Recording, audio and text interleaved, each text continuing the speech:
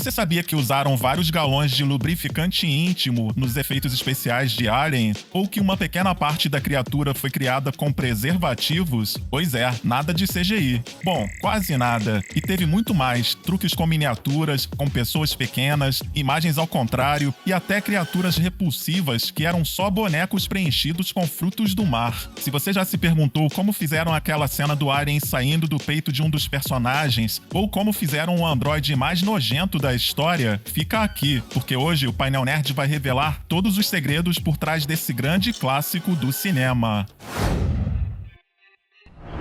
Quando Alien chegou aos cinemas, o visual único e o terror visceral, muitas vezes repugnante, surpreenderam o público da época. Mais ou menos como eu, quando eu mostrei meu verdadeiro rosto aqui no canal.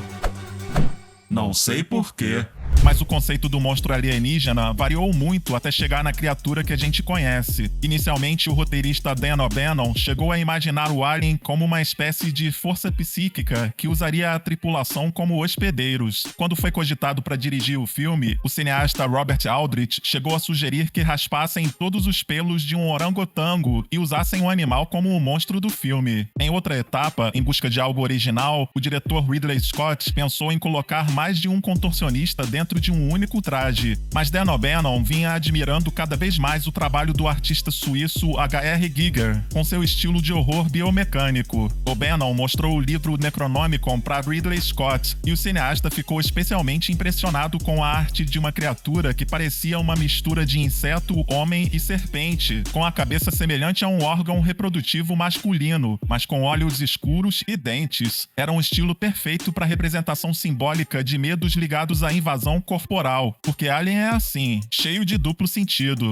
Depois de alguma resistência do estúdio, Giger acabou sendo contratado e fez questão de literalmente colocar a mão na massa, ajudando a esculpir não só a criatura, mas também itens dos cenários. Para não ficar muito evidente que o Alien era só um homem em um traje de monstro, seria necessário encontrar alguém com um corpo de proporções muito diferenciadas. O escolhido foi Bolage Badejo, um designer gráfico muito magro, com quase 2,10 metros de altura. Ele aprendeu tai chi e mímica para criar movimentos lentos e assustadores. As filmagens de teste mostraram que Badejo foi a escolha certa, mas Ridley Scott entendeu que seria ainda mais assustador manter a criatura nas sombras, sempre que possível. Houve uma tentativa de criar um traje inteiramente translúcido para o Alien, mas depois de algumas dificuldades, a ideia foi abandonada. Chegaram a cogitar também o uso de larvas para dar algum movimento ao cérebro do monstro, mas não funcionou porque as luzes faziam os bichos ficarem parados. Decidiram também que o monstro não teria olhos, porque seria mais assustador se mesmo assim ele conseguisse encontrar suas vítimas. A forma final do xenomorfo foi criada por cima de uma réplica exata do corpo do ator.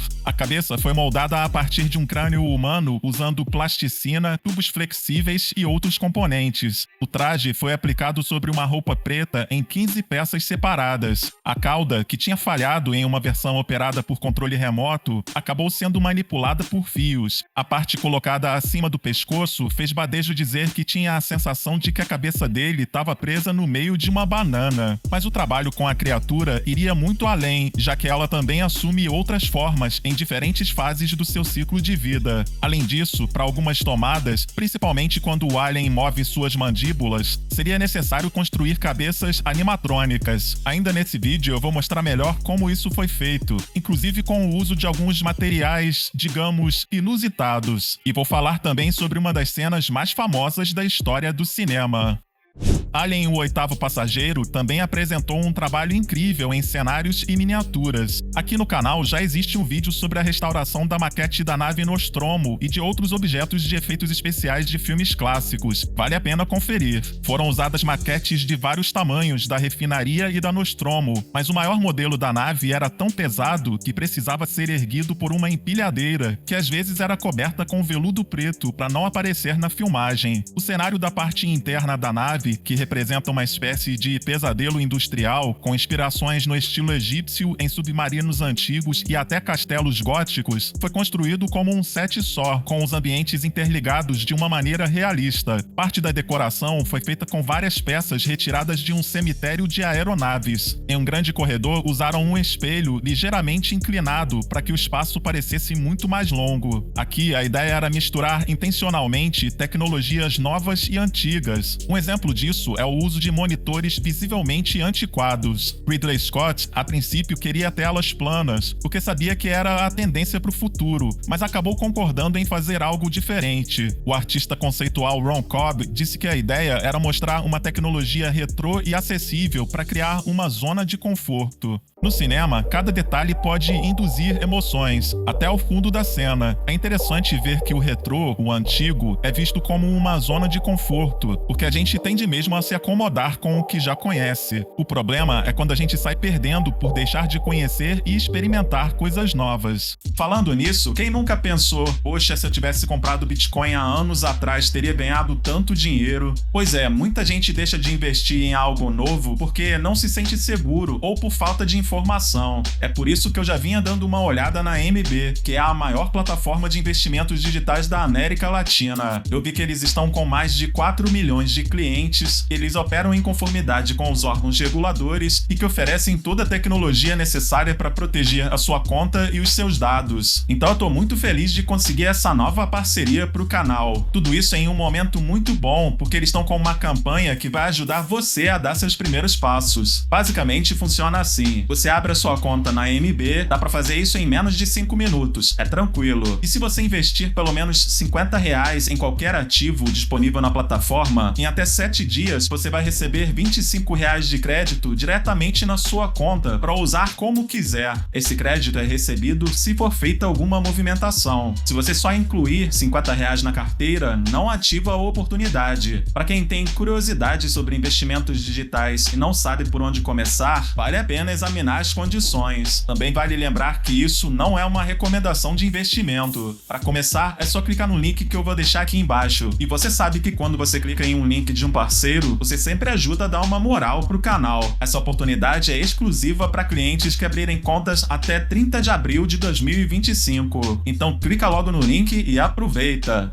Voltando a falar de Alien, o teto de uma parte dos corredores da nave Nostromo foi feito com nada mais nada menos que fundos de caixas de garrafas de leite. Outra ideia criativa surgiu quando o diretor Ridley Scott resolveu construir um cenário de quase 18 metros de altura com o trem de pouso da Nostromo. A ideia era mostrar o quanto o veículo espacial era imenso, mas Scott ainda não tinha ficado satisfeito com o tamanho. Ele teve então a ideia de produzir 3 roupas de astronauta com a metade da altura, para fazer com que o cenário parecesse 2 vezes maior. Quem usou as roupas foram o filho de um cameraman e os 2 filhos do diretor, Jake e Luke. Em um set cheio de poeira e fumaça, os trajes ficaram tão claustrofóbicos e quentes que tanto os atores adultos quanto as crianças passaram mal. Existem relatos de vários desmaios. A cena no planeta da nave alienígena envolveu cenários em tamanho real e em miniatura. Giger queria que a parte interna da nave parecesse um abatedouro cheio de ossos de gado. A produção chegou a levar vários ossos de verdade para o set, mas muitos foram descartados por não serem grandes o suficiente e também pelo mau cheiro. Alguns foram cobertos de gesso e usados na figura conhecida como Space Jockey, que contou com muito trabalho manual feito pelo próprio Giger. As crianças também foram colocadas nesse cenário para o ambiente parecer maior. Giger também trabalhou em cerca de 120 ovos feitos principalmente de fibra de vidro e espuma de látex, de uma forma que mantivesse alguma transparência. Dentro foram colocados corações e estômagos frescos de gado obtidos em um açougue. O próprio Ridley Scott colocou as mãos dentro de um dos ovos alienígenas para fazer um efeito de movimento usando luvas de borracha. O fluido escorrendo para cima, obviamente, foi filmado de cabeça para baixo. Já a abertura na parte superior superior foi feita com a ajuda de um sistema hidráulico. O formato final dessa abertura ficou parecido com uma flor, mas inicialmente Giger queria que parecesse um órgão reprodutor feminino, só que a ideia foi vetada. E quando o facehugger pula no capacete do personagem Kane, o truque foi filmar a cena ao contrário, puxando a criatura para baixo. Mais tarde, no filme, o corpo dessa criatura é analisado pelos tripulantes. Para essa cena, Ridley Scott usou vísceras de animais e frutos do mar dentro de um corpo de borracha. Construído pelo especialista Roger Deakins, internamente o parasita agarrador de rostos tinha armaduras de alumínio para permitir flexibilidade, e parte do movimento dele era feito com a ajuda de fios, puxados por um operador fora do ângulo da câmera. Movimentos pulsantes poderiam ser feitos por meio de bexigas. Em alguns momentos, quando a criatura aparece presa no rosto do ator, na verdade ela foi fixada por meio de elásticos.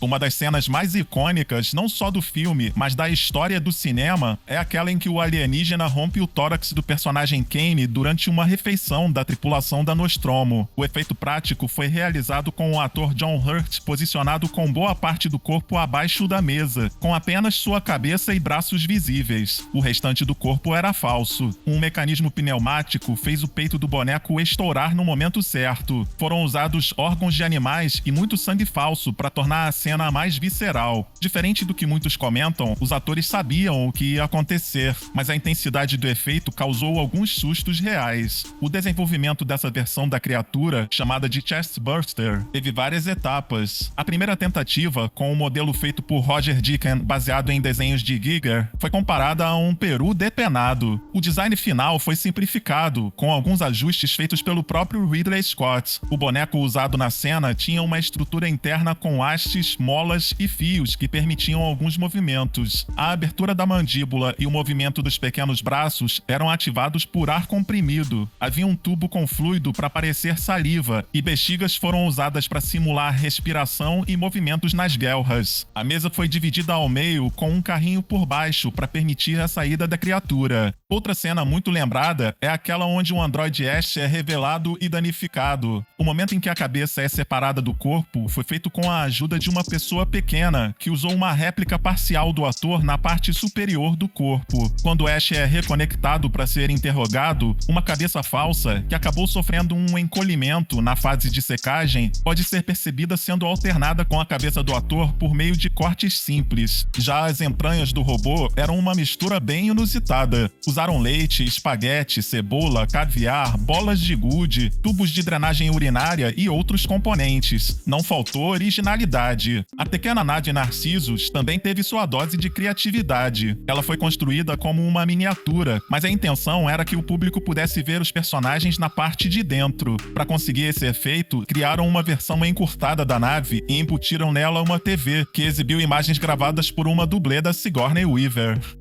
Voltando a falar do monstro principal, depois de problemas com uma versão da cabeça que usava servomotores operados por controle remoto, resolveram deixar o trabalho da cabeça animatrônica nas mãos do mestre Carlo Rambaldi, que tinha ganhado um Oscar por King Kong. Ele surpreendeu com uma abordagem de tecnologia mais simples, usando basicamente cabos operados por alavancas, capazes de controlar até os movimentos mais complexos dos lábios e das mandíbulas. A cabeça, que não podia ficar muito pesada, foi feita de materiais como fibra de vidro e alumínio. Rambaldi usou uma fórmula que ele mesmo ficou 2 anos desenvolvendo para criar uma camada de poliuretano que enrugava e esticava como a pele humana. Mas o detalhe mais curioso é que usaram preservativos de borracha para simular tendões na boca do alienígena. Como se isso não bastasse, a equipe de efeitos usou vários galões de lubrificante íntimo no monstro. A gosma brilhante ajudava a criar uma aparência mais orgânica e repulsiva. Já o efeito corrosivo do sangue ácido da criatura foi feito com painéis de isopor devidamente pintados, que foram atingidos por uma mistura de vários produtos químicos. Com um orçamento de cerca de 11 milhões de dólares, Alien, o oitavo passageiro, rendeu um valor quase 10 vezes maior nas bilheterias. Segundo o site The Numbers, rendeu até mais, 17 vezes o seu custo, o que explica por que os filmes da criatura não param de ser produzidos. A franquia se estendeu por tantas mídias que, se eu for citar todos os filmes, games, quadrinhos e outros produtos, esse vídeo não acaba mais, porque no meio da lista já vai nascer um xenomorfo novo. Então basta dizer que, junto com o Predador, dublador com quem já fez vários crossovers, o Alien se tornou instantaneamente um dos monstros mais icônicos do cinema. E pelo jeito ainda vai mostrar seu belo sorriso duplo para muitas gerações de espectadores. O Painel Nerd agradece ao apoiador do canal e mestre dos truques Daniel Gonçalves. Se você também quiser apoiar o meu trabalho, ter acesso a conteúdos antecipados, exclusivos e outros benefícios, é só clicar no botão Seja Membro, que ali tá tudo bem explicado. E aí, gostou do vídeo? Então deixa seu comentário aqui embaixo. Não esquece de deixar seu like ou dislike, o importante é participar. Um grande abraço e até a próxima!